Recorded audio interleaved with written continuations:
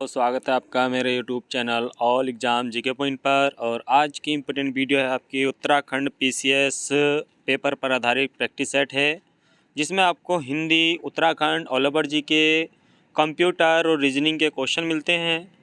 Important video रहेगी आपकी जो उत्तराखंड में एग्ज़ाम होने वाले हैं। उत्तराखंड पुलिस, लेखपाल, पटवारी, बंदी रक्षक और फॉरेस्ट गार्ड की जो भी एग्ज़ाम होने वाले हैं सभी के लिए इम्पोर्टेंट वीडियो है।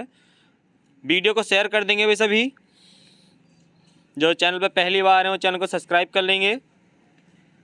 तो स्टार्ट करते हैं भाई आज की वीडियो। सभी का वेलकम है आपका क्लास में। नमस्कार। लगभग आपको डेली 50 क्वेश्चन मिलते हैं, कुछ आप लोगों से मालूम किए जाते हैं। तो स्टार्ट करते हैं भाई। क्वेश्चन है, सौर मंडल में ग्रहों की गति किसका उदाहरण है? बताइए। देखिए ज्योग्राफी से ही क्वेश्चन आ गया पहला। सौर मंडल में ग्रहों की गति किसका उदाहरण है? ए ऑप्शन है द्रव्यमान संरक्षण का, बी ऑप्शन है रेखीय संवेग संरक्षण का, सी ऑप्शन है कोणीय संवेग संरक्षण का और डी ऑप्शन है ऊर्जा संरक्षण का। बताइए भाई जल्दी जल्दी।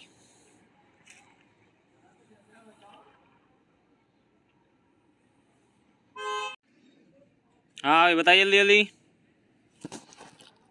देखिए इसका सही आंसर हो जाएगा, इसका सी है वो सही है भाई, कोणीय संवेग संरक्षण का। ठीक है, सौर मंडल में जो ग्रहों की गति किसका उदाहरण है? कोणीय संवेग संरक्षण का भी उदाहरण है। सभी कमेंट बॉक्स में जवाब देंगे भाई। वर्तमान में या वर्तमान की बात करें तो सौर मंडल में कितने ग्रह हैं? जल्दी बताइए। सौर मंडल में ग्रहों की संख्या कितनी है? जल्दी बताइए। तो सौर मंडल में ग्रह कितने हैं भाई? 8 ग्रह हैं। सभी कमेंट बॉक्स में जवाब देंगे। सौर मंडल का सबसे हल्का ग्रह कौन सा है? जल्दी बताइए। सौर मंडल का सबसे हल्का ग्रह कौन सा है? जल्दी बताइए।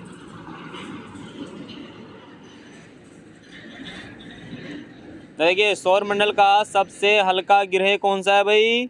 शनि। ठीक है, सबसे हल्का ग्रह कौन सा है? शनि। पानी से भी हल्का ग्रह है भाई शनि।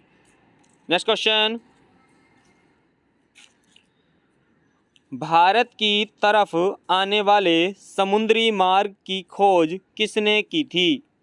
ए ऑप्शन है बाबर, बी ऑप्शन है Vasco da Gama, C option है गैलीलियो और डी ऑप्शन है फेरोंडोज। बताइए भाई जल्दी। किसने की थी भाई समुद्री मार्ग की खोज? भारत की तरफ आने वाले समुद्री मार्ग की खोज जल्दी बताइए। तो समुद्री मार्ग की खोज किसने की थी? Vasco da gamma. ठीक है, वास्को डी गामा ने की थी। और ये कहाँ का था? पुर्तगाली था भाई। ठीक है, सभी कमेंट बॉक्स में जवाब देंगे। वास्को डी गामा भारत के किस तट पर पहुंचा था सबसे पहले? जल्दी बताइए। वास्को डी गामा भारत के किस बंदरगाह पर पहुंचा था? किस तट की बात भी हो जाएगी वहाँ पर। किस बंदरगाह पर पहुंचा था? तो कालीकट। ठीक है, कालीकट बंदरगाह पर पहुंचा था भाई। Next question. भारतीय संसद के ऊपरी सदन को कहा जाता है? बताइए जल्दी भाई। संसद के ऊपरी सदन को कहा जाता है? ए ऑप्शन है लोकसभा, बी ऑप्शन है राज्यसभा, सी ऑप्शन है विधानसभा, डी ऑप्शन है मंत्रिमंडल। जल्दी बताइए। देखिए सारे क्वेश्चन इंपॉर्टेंट होते हैं जो आपके एग्ज़ाम की दृष्टि से ये प्रैक्टिस सेट बनाया जाता है, इसीलिए इनका सीरियल नंबर जो होता है वो अलग अलग होता है भाई। केवल वही क्वेश्चन छांटे जाते हैं जो आपके एग्ज़ाम की दृष्टि से इम्पोर्टेंट हैं। तो वीडियो को अपने दोस्तों में शेयर कर दीजिए भाई सभी। और जो चैनल पर पहली बार है वो चैनल को सब्सक्राइब कर लेंगे। देखिए इसका सही आंसर हो जाएगा भाई। देखिए ऊपरी सदन की बात चल रही है। ऊपरी सदन, वरिष्ठ सदन, उच्च सदन, स्थायी सदन। ठीक है, तो बी वाला आंसर सही है, राज्यसभा। सभी कमेंट बॉक्स में जवाब देंगे भाई। राज्यसभा का उल्लेख किस अनुच्छेद में है? जल्दी बताइए। राज्यसभा का उल्लेख किस अनुच्छेद में है? जल्दी कमेंट बॉक्स में जवाब दीजिए सभी। देखिए राज्यसभा का जो उल्लेख है अनुच्छेद 80। ठीक है, राज्यसभा का जो देखिए उच्च सदन है, सदन बड़ा है लेकिन अनुच्छेद छोटा है। अनुच्छेद क्या है? 80 है। लोकसभा का अनुच्छेद 81 है। लोकसभा निम्न सदन है, छोटा सदन है, इस लेकिन अनुच्छेद बड़ा है। इस तरीके से याद रखेंगे। तो लोकसभा का उल्लेख अनुच्छेद 81 में है, राज्यसभा का उल्लेख अनुच्छेद 80 में है। सभी कमेंट बॉक्स में जवाब देंगे भाई। संसद का उल्लेख किस अनुच्छेद में है? जल्दी बताइए। संसद का उल्लेख भारतीय संविधान के किस अनुच्छेद में है? जल्दी कमेंट बॉक्स में जवाब दीजिए सभी। तो संसद का उल्लेख किसमें है भाई? 79 में है। ठीक है, 79 में। ठीक है, 79 में देखिए संसद है, 80 में राज्यसभा और 81 में लोकसभा। सभी कमेंट बॉक्स में जवाब देंगे भाई। देखिए इसका जो आंसर सही था भाई बी वाला था। सभी जवाब देंगे। लोकसभा का सदस्य बनने के लिए आयु कितने वर्ष चाहिए? जल्दी जल्दी जवाब दीजिए भाई। लोकसभा का सदस्य बनने के लिए आयु कितने वर्ष होनी चाहिए? जल्दी जवाब दीजिए। तो कितनी होनी चाहिए भाई? 25 वर्ष। ठीक है, लोकसभा का सदस्य बनने के लिए आयु कितनी? 25 वर्ष। मुख्यमंत्री यानी सीएम बनने के लिए आयु कितनी? 25 वर्ष। सभी कमेंट बॉक्स में जवाब दीजिए। राज्यसभा का सदस्य बनने के लिए आयु, राज्यसभा का सदस्य बनने के लिए आयु कितने वर्ष होनी चाहिए? जल्दी बताइए, जल्दी जल्दी जवाब दीजिए। तो राज्यसभा का सदस्य बनने के लिए आयु कितनी होनी चाहिए? 30 वर्ष। इसीलिए इसे उच्च सदन या ऊपरी सदन बोलते हैं, क्योंकि देखिए लोकसभा का सदस्य बनने के लिए 25 तो आयु छोटी हो गई ना, लेकिन राज्यसभा का बनने के लिए 30 तो आयु ज़्यादा हो गई, तो इसलिए ऊपरी सदन हो गया ये। सभी कमेंट बॉक्स में जवाब देंगे भाई। राज्यसभा का सभापति बनने के लिए आयु कितने वर्ष होनी चाहिए? इंपॉर्टेंट क्वेश्चन है, कई बार एग्जाम में आया है कि राज्यसभा का सभापति बनने के लिए न्यूनतम आयु कितनी होनी चाहिए? तो बताइए जल्दी, राज्यसभा का सभापति बनने के लिए न्यूनतम आयु कितनी होनी चाहिए? देखिए 30 वर्ष नहीं होगा, 35 वर्ष होगा भाई। ठीक है, राज्यसभा का सदस्य बनने के लिए आयु 30 वर्ष होनी चाहिए, लेकिन सभापति बनने के लिए आयु कितनी? 35 वर्ष। क्योंकि राज्यसभा का जो सभापति होता है वो भारत का उपराष्ट्रपति होता है, और भारत का उपराष्ट्रपति बनने के लिए आयु 35 वर्ष चाहिए। इसलिए राज्यसभा का सभापति बनने के लिए भी आयु कितनी? 35 वर्ष चाहिए। नेक्स्ट क्वेश्चन देखते हैं। पंडित जी ने फूल और प्रसाद बांटे में कौन सी क्रिया है? देखिए क्रिया में से क्वेश्चन आपके मिलने एग्जाम में और आनी है, इम्पोर्टेंट है। तो बताइए भाई कौन सी क्रिया है इसमें? ए ऑप्शन है आपका अकर्मक क्रिया, बी ऑप्शन है सकर्मक, सी ऑप्शन है आपका यानी कि ए और बी दोनों, और डी ऑप्शन है आपका इनमें से कोई नहीं। बताइए भाई जल्दी। पंडित जी ने फूल और प्रसाद बांटे में कौन सी क्रिया है? जल्दी बताइए, जल्दी बताइए भाई। पंडित जी ने फूल और प्रसाद बांटे में कौन सी क्रिया है? जल्दी बताइए। देखिए जिसका बी है वो सही है भाई। ठीक है, सकर्मक क्रिया है भाई इसमें। ठीक है, देखिए अकर्मक क्रिया वो होती है जिसका प्रभाव स्वयं पर पड़ता है। ठीक है, जिसका प्रभाव स्वयं पर पड़ता है, जैसे नाचना गाना, आप नाच रहे गाने तो स्वयं थक रहे हैं ना, तो स्वयं पर प्रभाव पड़ रहा है। और सकर्मक क्रिया वो होती है जिससे दूसरे पर प्रभाव पड़ता है। देखिए पंडित जी ने फूल और प्रसाद बांटे, तो कौन सी चीज बटी? फूल और प्रसाद। तो यहाँ पर कौन सी? सकर्मक क्रिया। नेक्स्ट क्वेश्चन, तीस्ता जल विद्युत परियोजना किस राज्य में स्थित है? देखिए जल परियोजनाओं से क्वेश्चन आने हैं भाई आपके एग्जाम में, पढ़ लेना रट लेना। तीस्ता जल विद्युत परियोजना किस राज्य में स्थित है? ए ऑप्शन है उत्तराखंड, बी ऑप्शन है हिमाचल प्रदेश, सी ऑप्शन है अरुणाचल प्रदेश, और डी ऑप्शन है सिक्किम। जल्दी बताइए, जल्दी बताइए भाई।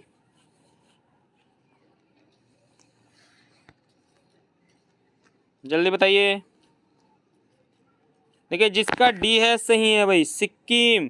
तीस्ता जल विद्युत परियोजना किस राज्य में स्थित है? सिक्किम में स्थित है भाई। सभी कमेंट बॉक्स में जवाब देंगे भाई, सभी कमेंट बॉक्स में जवाब देंगे। उत्तराखंड की सबसे पहली जल विद्युत परियोजना कौन सी थी? जल्दी बताइए। उत्तराखंड की सबसे पहली जल विद्युत परियोजना कौन सी थी? जल्दी बताइए।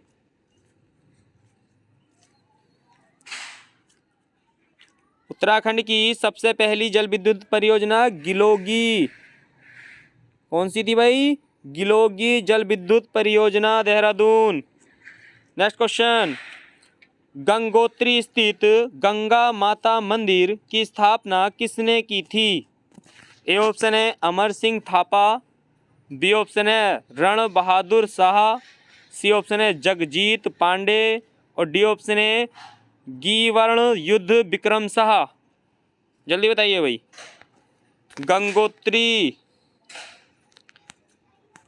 गंगोत्री स्थित गंगा माता मंदिर की स्थापना किसने की थी? जल्दी जल्दी आप दीजिए कमेंट बॉक्स में, सभी इंपॉर्टेंट क्वेश्चन हैं। देखिए यही आपके पास चांस है, आप जितनी मेहनत कर सकते हो कर लेना, क्योंकि देखिए ये आपके पास 1 महीना शेष बचा है जो पुलिस का एग्ज़ाम है। इस 1 महीने में आप जितना रिवीजन कर सकते हैं कर लो, यही आपके काम का है। क्योंकि देखिए किताबों में लिखने से या कॉपी भरने से नौकरी नहीं लगती है, जितना आपके याद है वो आपके काम का है, क्योंकि पेपर में आप केवल वो कर पाओगे जो आपके याद है, तो इसलिए याद ज़्यादा करें। तो देखिए इसका सही आंसर है ए वाला, अमर सिंह थापा। ठीक है, कौन सा सही है इसका भाई? अमर सिंह थापा। नेक्स्ट क्वेश्चन, निम्नलिखित में से कौन अलकनंदा नदी की सहायक नदी नहीं है? बताइए भाई जल्दी जल्दी। निम्नलिखित में से कौन अलकनंदा नदी की सहायक नदी नहीं है? ए ऑप्शन है भिलंगना, बी ऑप्शन है नंदाकिनी, सी ऑप्शन है मंदाकिनी, डी ऑप्शन है पिंडर। जल्दी बताइए भाई। निम्नलिखित में से कौन अलकनंदा नदी की सहायक नदी नहीं है? भिलंगना, नंदाकिनी, मंदाकिनी, पिंडर। जल्दी बताइए। तो देखिए अलकनंदा की जो सहायक नदी नहीं है वो ए वाला आंसर सही हो जाएगा इसका। ठीक है, ए वाला सही है, भिलंगना अलकनंदा की सहायक नहीं है। बाकी ये सारी जो नदी हैं नंदाकिनी, मंदाकिनी, पिंडर, ये अलकनंदा की सहायक नदी हैं। ठीक है, और अलकनंदा भागीरथी की सहायक नदी है। सभी कमेंट बॉक्स में जवाब देंगे भाई। अलकनंदा की लंबाई कितनी है उत्तराखंड में? जल्दी बताइए। अलकनंदा की लंबाई कितनी है उत्तराखंड में? जल्दी बताइए। तो अलकनंदा की लंबाई कितनी है उत्तराखंड में? 195 किलोमीटर है भाई। ठीक है, अलकनंदा की लंबाई कितनी है उत्तराखंड में? 195 किलोमीटर है, और उत्तराखंड की तीसरी सबसे लंबी नदी है अलकनंदा। अगर आपके एग्जाम में आता है उत्तराखंड की सबसे लंबी नदी तो काली नदी है, 252 किलोमीटर इसकी लंबाई है। ठीक है, उत्तराखंड में। दूसरी सबसे लंबी नदी भागीरथी, 205 किलोमीटर लंबाई है। सभी कमेंट बॉक्स में जवाब देंगे भाई।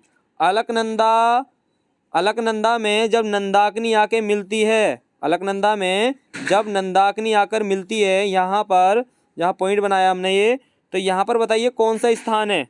जल्दी बताइए भाई। अलकनंदा में नंदाकिनी जहाँ मिलती है उस स्थान को किस नाम से जाना जाता है? जल्दी बताइए, बताइए जल्दी जल्दी। देखिए अलकनंदा और नंदाकिनी नंद प्रयाग। ठीक है, कहाँ पर है? नंद प्रयाग। इसके बाद मंदाकिनी मिलती है अलकनंदा में रुद्रप्रयाग। ठीक है, इसके बाद पिंडर मिलती है कर्णप्रयाग में। ठीक है, पिंडर कहाँ मिलती है भाई? कर्णप्रयाग में। नेक्स्ट क्वेश्चन, संयुक्त राष्ट्र के वर्तमान में महासचिव कौन है? जल्दी बताइए भाई।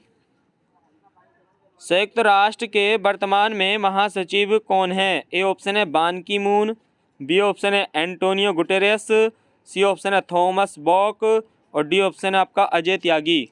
जल्दी बताइए भाई।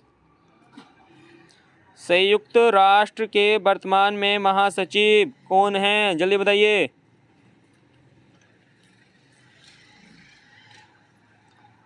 तो संयुक्त राष्ट्र के वर्तमान में जो महासचिव हैं वो कौन है भाई? जिसका बी है वो सही है भाई, एंटोनियो गुटेरेस। ठीक है, ये पुर्तगाल के हैं। सभी कमेंट बॉक्स में जवाब देंगे। यूएनओ की स्थापना कब की गई थी? जल्दी बताइए। यूएनओ की स्थापना कब की गई थी भाई? संयुक्त राष्ट्र संघ की स्थापना कब की गई थी? जल्दी बताइए, जल्दी बताइए। संयुक्त राष्ट्र संघ की स्थापना 24 अक्टूबर 1945। 24 अक्टूबर 1945 में यूएनओ की स्थापना की गई थी। यूएनओ का मुख्यालय कहाँ है, जल्दी बताइए सभी कमेंट बॉक्स में।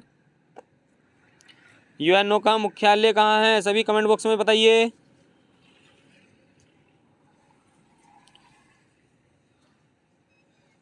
यूएनओ का मुख्यालय कहाँ है, जल्दी बताइए सभी। तो यूएनओ का मुख्यालय कहाँ है भाई, न्यूयॉर्क। कहाँ है, न्यूयॉर्क में है भाई, ठीक है, इम्पोर्टेंट है। नेक्स्ट क्वेश्चन, उस शब्द का चयन कीजिए जो बाकियों से भिन्न है। देखिए ये आपका हिंदी में भी आता है क्वेश्चन और आपका रीजनिंग की दृष्टि से भी क्वेश्चन है ये, बताइए जल्दी। उस शब्द का चयन कीजिए जो बाकियों से भिन्न है। ए ऑप्शन है ऋग्वेद, बी ऑप्शन है यजुर्वेद, सी ऑप्शन है अथर्ववेद और डी ऑप्शन है आयुर्वेद। जल्दी बताइए भाई।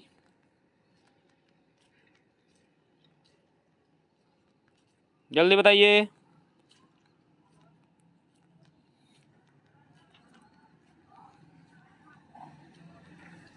इसका सही आंसर हो जाएगा भाई डी वाला आयुर्वेद। देखिए ये भी आपका वेद है, ये भी वेद है, अथर्ववेद भी है, ठीक है। ये तीनों क्या है, वेद हैं, क्योंकि वेद कितने हैं, 4। एक इसके साथ होता है सामवेद, ठीक है, कौन सा होता है, सामवेद। ये क्या है, वेद है, लेकिन ये जो यजुर्वेद है ये ऋग्वेद का उपवेद है भाई, ठीक है।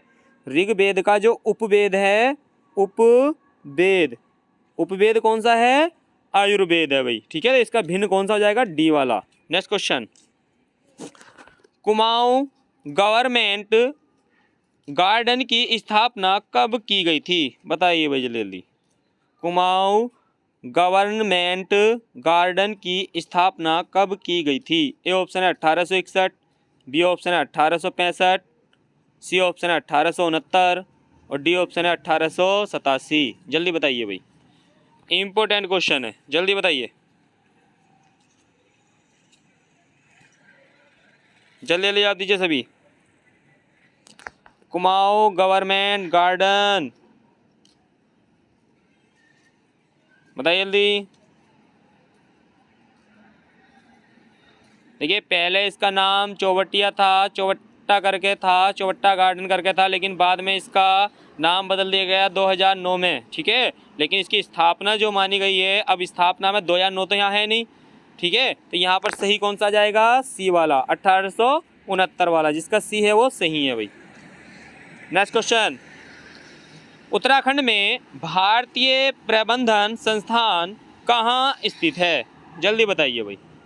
उत्तराखंड में भारतीय प्रबंध संस्थान कहाँ स्थित है। ए ऑप्शन है पिथौरागढ़, बी ऑप्शन है अल्मोड़ा, सी ऑप्शन है श्रीनगर और डी ऑप्शन है काशीपुर। जल्दी बताइए भाई, जल्दी बताइए। उत्तराखंड में भारतीय प्रबंधन संस्थान कहाँ स्थित है, पिथौरागढ़, अल्मोड़ा, श्रीनगर, काशीपुर, बताइए भाई जल्दी जल्दी। जल्दी बताइए कौन सा सही हो जाएगा इसका। इसका डी आंसर सही है भाई, काशीपुर में, ठीक है। भारतीय प्रबंधन संस्थान, प्रबंध संस्थान कहाँ है, ये काशीपुर में है भाई। नेक्स्ट क्वेश्चन, स्वर्ण क्रांति किससे संबंधित है। ए ऑप्शन है कीमती खनिज, बी ऑप्शन है दलहन, सी ऑप्शन है जूट और डी ऑप्शन है बागवानी और शहद। जल्दी बताइए भाई, स्वर्ण क्रांति किससे संबंधित है, जल्दी बताइए। देखिए ये जो क्रांति हैं, जितनी भी आपको क्रांति हैं उनमें से एक क्वेश्चन आएगा, और जो कल्चर हैं जैसे पीसी कल्चर, मधुमक्खी पालन से संबंधित है तो कल्चर, इनमें से कोई ना कोई सा क्वेश्चन आपके एग्जाम में मिलेगा। तो बताइए स्वर्ण क्रांति किससे संबंधित है। जैसे हरित क्रांति कृषि से संबंधित है, लाल क्रांति मांस टमाटर से संबंधित है, ठीक है, गोल क्रांति आलू से संबंधित है और श्वेत क्रांति दुग्ध उत्पादन से संबंधित है। इसी तरीके से स्वर्ण क्रांति किससे संबंधित है, बागवानी और शहद, ठीक है। डी वाला आंसर इसका सही है। नेक्स्ट क्वेश्चन, भारतीय पर्यटन मंत्रालय द्वारा भारत में पर्यटन को बढ़ावा देने के लिए किस लोकप्रिय शब्द का इस्तेमाल किया गया है? ए ऑप्शन है इष्ट का देश, बी ऑप्शन है पूर्व का मोती, सी ऑप्शन है सुंदर भारत और डी ऑप्शन है अतुल्य भारत। जल्दी बताइए भाई। भारतीय पर्यटन मंत्रालय द्वारा भारत में पर्यटन को बढ़ावा देने के लिए किस लोकप्रिय शब्द का इस्तेमाल किया गया है? जल्दी बताइए। तो देखिए इसका सही आंसर हो जाएगा अतुल्य भारत। डी वाला आंसर इसका सही है। नेक्स्ट क्वेश्चन, मुख बाल रवि समलाल होकर ज्वाला सा बोधित हुआ अलंकार बताएं। बताइए भाई। मुख लाल रवि सम लाल होकर मुख बाल रवि सम लाल होकर ज्वाला सा बोधित हुआ अलंकार बताएं। कौन सा अलंकार है इस पंक्ति में? ए ऑप्शन है मानवीकरण अलंकार, बी ऑप्शन है अतिशयोक्ति अलंकार, सी ऑप्शन है उपमा अलंकार और डी ऑप्शन है अनुप्रास अलंकार। बताइए जल्दी भाई। देखिए मुख बाल रवि सम आ गया सम, ये सम आते ही कौन सा हो गया? उपमा अलंकार। ठीक है, कौन सा हो गया? उपमा अलंकार। इस देखिए सम क्या है? तुलना की जा रही है। ठीक है, तो सम आते ही कौन सा हो गया इसमें? उपमा अलंकार। नेक्स्ट क्वेश्चन, महात्मा गांधी को महात्मा किसने कहा था? ए ऑप्शन है खान अब्दुल गफ्फार खान, बी ऑप्शन है चर्चिल, सी ऑप्शन है रविंद्रनाथ टैगोर और डी ऑप्शन आपका JB कृपलानी। बताइए भैया जल्दी। महात्मा गांधी को महात्मा किसने कहा था? जल्दी बताइए।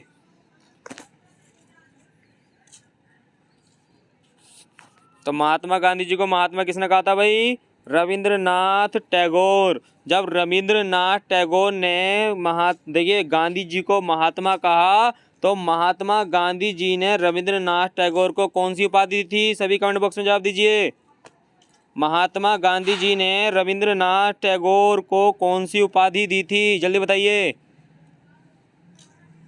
भाई। महात्मा गांधी जी को महात्मा किसने कहा? रविंद्रनाथ टैगोर ने कहा, लेकिन बाद में महात्मा गांधी जी ने रविंद्रनाथ टैगोर को कौन सी उपाधि दी थी? गुरु की उपाधि दी थी भाई। ठीक है, कौन सी उपाधि दी थी? गुरु की उपाधि दी थी। और खान अब्दुल गफ्फार खान ने क्या कहा था? मलंग बाबा। चर्चिल ने क्या कहा था? अर्धनंग फकीर कहा था। ये पीछे क्वेश्चन रिपीट हो चुके हैं एग्जाम में और आपके वीडियो में भी रिपीट हो चुके हैं क्वेश्चन ये। नेक्स्ट क्वेश्चन, उस शासक का नाम बताइए जिसने वास्को डिगामा का कालीकट में स्वागत किया था।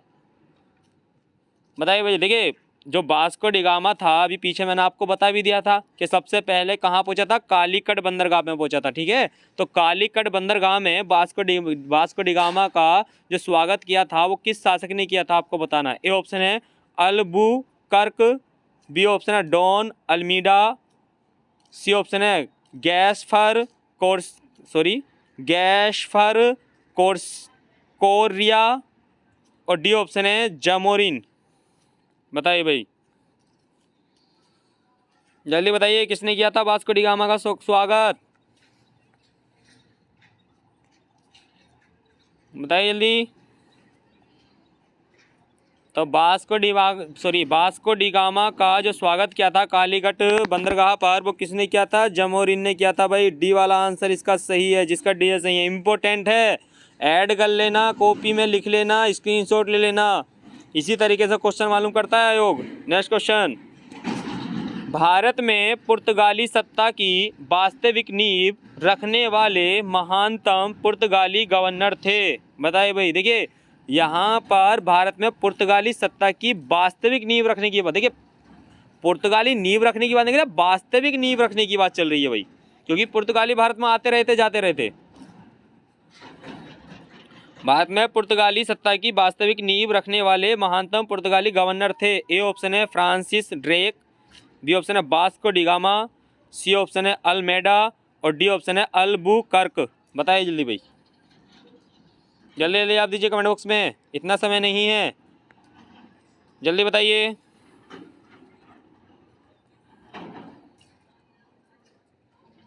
देखिए इसका सही आंसर हो जाएगा भाई सॉरी, जिसका डी है वो सही है भाई। ठीक है, अल्बुकर्क को ही वास्तविक अल्बुकर्क ने ही वास्तविक नींव रखी थी भाई।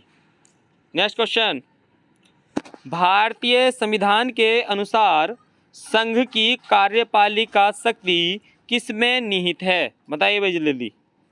ए ऑप्शन है राष्ट्रपति, बी ऑप्शन है प्रधानमंत्री, सी ऑप्शन है मंत्रिमंडल और डी ऑप्शन है ये इन सभी में। बताइए भाई जल्दी, वेरी वेरी इंपॉर्टेंट क्वेश्चन है। भारतीय संविधान के अनुसार संघ की कार्यपालिका की शक्ति किसमें निहित है? जल्दी बताइए।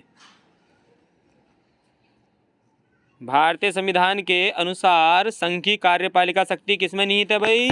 जिसका ए है वो सही है भाई, राष्ट्रपति में। ठीक है, देखिए अनुच्छेद 52 में क्या कहा गया है कि भारत का एक राष्ट्रपति होगा जो भारत का प्रथम व्यक्ति होगा और संवैधानिक प्रधान होगा। ठीक है, ये बात कही गई 52 में। इसी के साथ आर्टिकल 53, ठीक सॉरी आर्टिकल 53, आर्टिकल 53 में क्या कहा गया है कि संघ की कार्यपालिका की शक्ति राष्ट्रपति में निहित होगी। ठीक है, संघ की कार्यपालिका की शक्ति राष्ट्रपति में निहित होगी। और वहीं अनुच्छेद देखिए अनुच्छेद आपका आ जाता है 74,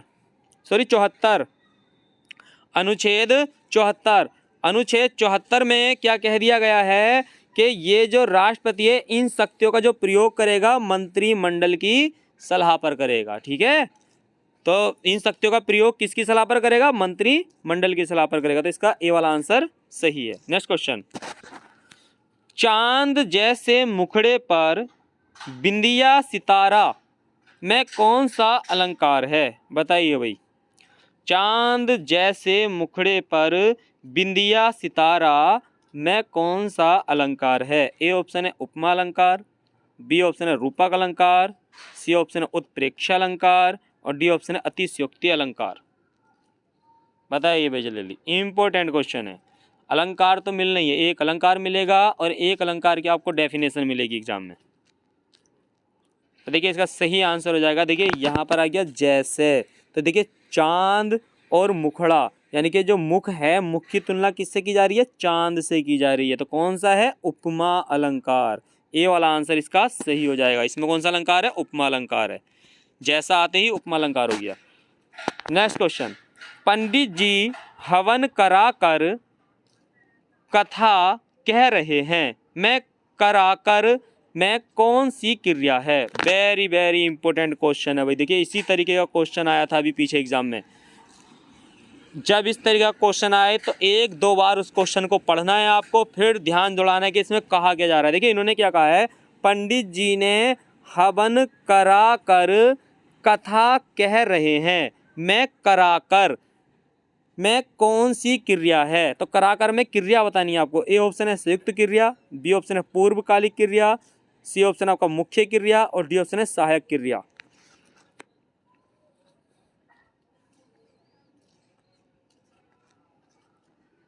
बताइए जल्दी जल्दी, जल्दी बताइए। तो देखिए इसका सही आंसर हो जाएगा भाई, देखिए इसका बी वाला आंसर सही है भाई, पूर्वकालिक क्रिया है भाई। ठीक है, कौन सी है? पूर्वकालिक क्रिया है। बहुत ही आसान होती है पूर्वकालिक क्रिया। पूर्वकालिक क्रिया की सबसे बड़ी पहचान यही है, एक वाक्य पूर्ण होगा तब जाके दूसरे की बात चलेगी। ठीक है, और इसमें देखिए अधिकतर क्या आता है कि देखिए यहाँ पर क्या है, करा कर। देखिए यहाँ पर क्या कहा, देखिए जैसे एक क्वेश्चन आपका इस तरीके से बन सकता है, जैसे राम भोजन करके स्कूल गया, तो भाई काम कौन सा पहला हुआ? भोजन करने का। ठीक है, तो इसमें एक काम पहले पूर्ण हो जाएगा, ठीक है, तब दूसरा काम शुरू होगा। तो यहाँ पर देखिए कराकर ये क्रिया पूरी हो गई यहाँ पर, तो कौन सी क्रिया है? पूर्वकालिक क्रिया है यहाँ पर। ठीक है, जैसे अभी पीछे एग्जाम में आया था कि राम कुछ इस तरीके से था, जैसे कि हम कह सकते हैं कि राम भोजन करके दिल्ली गया। तो पहला काम कौन सा हुआ भाई? भोजन करके। तो भोजन करके तो वो क्या बोलेगा? कर के कौन सी क्रिया है? करके कौन सी क्रिया है, तो पूर्वकालिक क्रिया है। नेक्स्ट क्वेश्चन, घोड़ा हिन हिनाता है, कौन सी क्रिया है, बताइए भाई जल्दी। घोड़ा हिन हिनाता है कौन सी क्रिया है? ए ऑप्शन है प्रेरणार्थक क्रिया, बी ऑप्शन है आपका नाम धातु क्रिया, सी ऑप्शन है पूर्वकालिक क्रिया और डी ऑप्शन है इनमें से कोई नहीं। जल्दी बताइए भाई। घोड़ा हिन हिनाता है कौन सी क्रिया है, बताइए भाई। हिन हिनाना कौन सी क्रिया है, जल्दी बताइए, इतना समय नहीं है।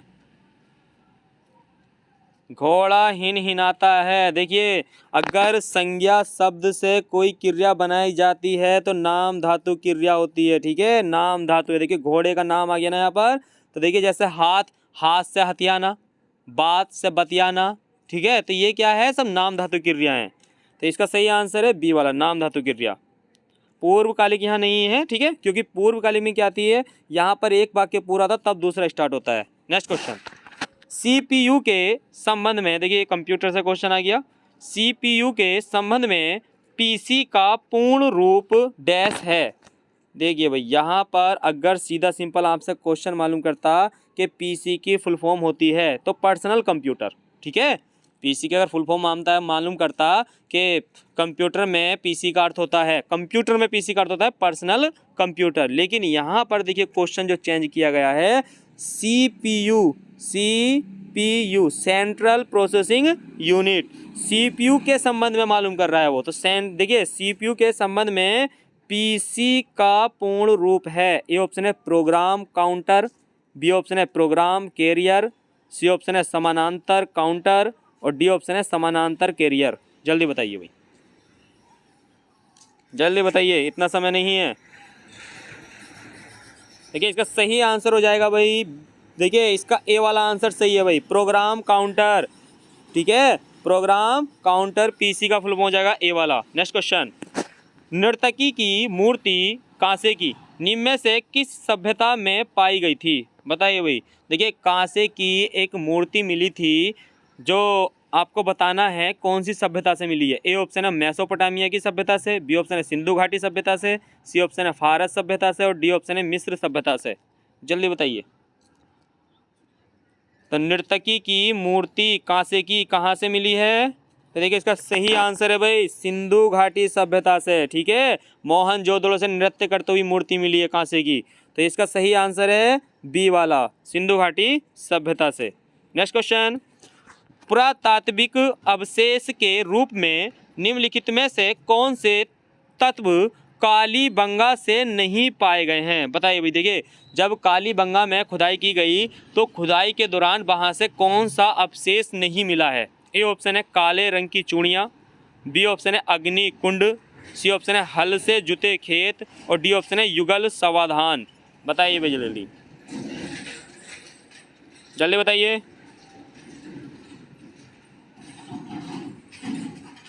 जल्दी बताइए। देखिए इसका सही आंसर हो जाएगा भाई डी वाला। देखिए कालीबंगा का शाब्दिक अर्थ ही होता है काले रंग की चूड़ियाँ, तो काले रंग की चूड़ियाँ तो मिली थी। दूसरा अग्नि वेदिका भी मिली थी, ठीक है, हवन करने वाली अग्नि वेदिका भी मिली थी और जुते हुए खेत भी मिले थे, ठीक है, हल से जुते हुए खेत भी मिले थे, तीनों चीज़ें मिली थी या, लेकिन यहाँ पर युगल यानी कि जोड़े के साथ दफना हुए व्यक्ति के साक्ष्य से नहीं मिले हैं, ठीक है। नेक्स्ट क्वेश्चन, छुछुंदर के सिर में चमेली का तेल, देखिए ये लोकोक्ति आ गई आपके उसमें, छुछुंदर के सिर में चमेली का तेल, इसका अर्थ बताना है भैया आपको। ए ऑप्शन है यानी कि जो आपका लोकोक्ति है इसका बताना है आपको कौन सा मतलब निकलता है। ए ऑप्शन है दान के लिए सुपात्र न होना, बी ऑप्शन है गंजे व्यक्ति के सिर पर सुगंधित तेल लगाना, सी ऑप्शन है बिल्कुल अनपढ़ व्यक्ति को धन मिलना और डी ऑप्शन है अयोग्य व्यक्ति को उत्तम पद मिलना। बताइए भाई जल्दी, जल्दी बताइए भाई। छछुंदर के सिर में चमेली का तेल, जल्दी बताइए। देखिए इसका सही आंसर है भाई डी वाला, ठीक है, अयोग्य व्यक्ति को उत्तम पद मिलना, ठीक है। तो इसका देखिए बिल्कुल अनपढ़ वाले की बात नहीं चलेगी यहाँ पर, ठीक है, यहाँ पर क्या अयोग्य व्यक्ति को उत्तम पद मिलना, ठीक है, छछुंदर के सिर में चमेली का तेल। नेक्स्ट क्वेश्चन, देखिए ये भी आपका मुहावरा आ गया भाई। देखिए हंसुए के बिहा में खुरपे के गीत, ये आपका उत्तराखंड पुलिस का जो एग्ज़ाम हुआ था 2015 में, तो उसमें एक क्वेश्चन था हंसुए के बिहा में खुरपे के गीत। ए ऑप्शन है शादी के गीत गाना, बी ऑप्शन है जश्न मनाना, सी ऑप्शन है असंगत बातें करना और डी ऑप्शन है निचले स्तर की बातें करना। बताइए भाई जल्दी जल्दी जल्दी बताइए कौन सा सही होगा इसमें। तो देखिए इसका सही आंसर है सी वाला भाई, असंगत बातें करना। ठीक है, देखिए बिहा में और खुरपे का क्या लेना देना है, तो असंगत बातें हो गई ना।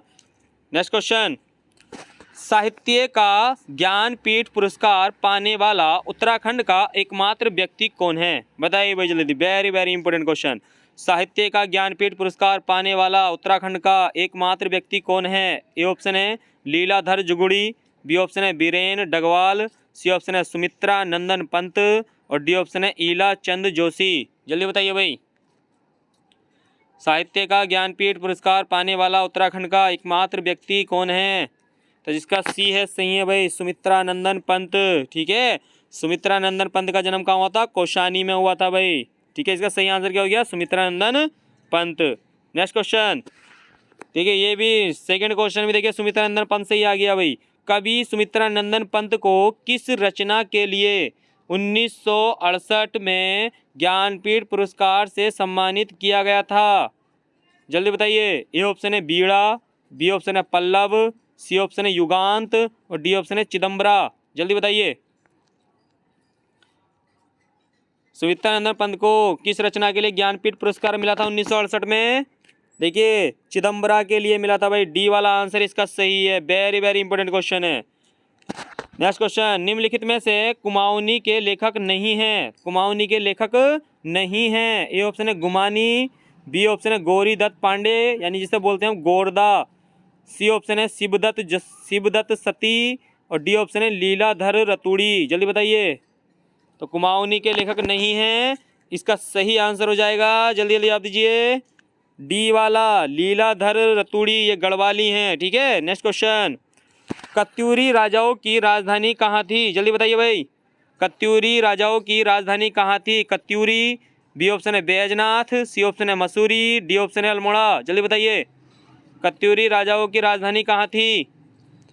देखिए कत्यूरी राजाओं की राजधानी कहाँ थी, जिसका बी है सही है भाई, बैजनाथ में थी भाई। नेक्स्ट क्वेश्चन, उत्तराखंड में वनों का वैज्ञानिक प्रबंध शुरू हुआ था। जल्दी बताइए, उत्तराखंड में वनों का वैज्ञानिक प्रबंध शुरू हुआ था। ए ऑप्शन है 1884, बी ऑप्शन है 1947, सी ऑप्शन है 1830 और डी ऑप्शन आपका 1810।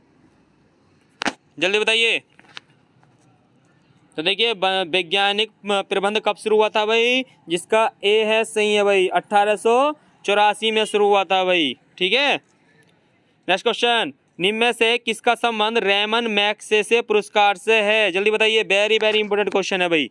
निम्न में से किसका संबंध रेमन मैग्सेसे पुरस्कार से है। ए ऑप्शन है चंडी प्रसाद भट्ट, बी ऑप्शन है दीप जोशी, सी ऑप्शन है अनिल रतूड़ी और डी ऑप्शन है ए और बी दोनों। जल्दी बताइए,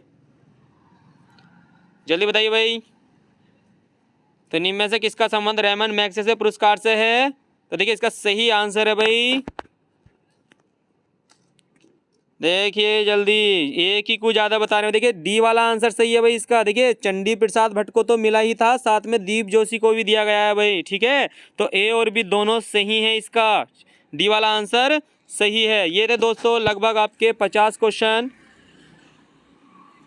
जिसमें हिंदी, रीजनिंग, उत्तराखंड, कंप्यूटर और ऑल ओवर जीके क्वेश्चन आपसे मालूम किए गए। यूके पीसीएस पर आधारित प्रैक्टिस सेट है, और जिसने वीडियो शेयर नहीं की थी वो आप वीडियो को शेयर कर दीजिए अपने दोस्तों में, और जो चैनल पर पहली बार है वो चैनल को सब्सक्राइब कर लेंगे। डेली आपको 50 क्वेश्चन मिलते हैं नेक्स्ट प्रैक्टिस सेट में रात्रि 9 बजे। Thank you, good night.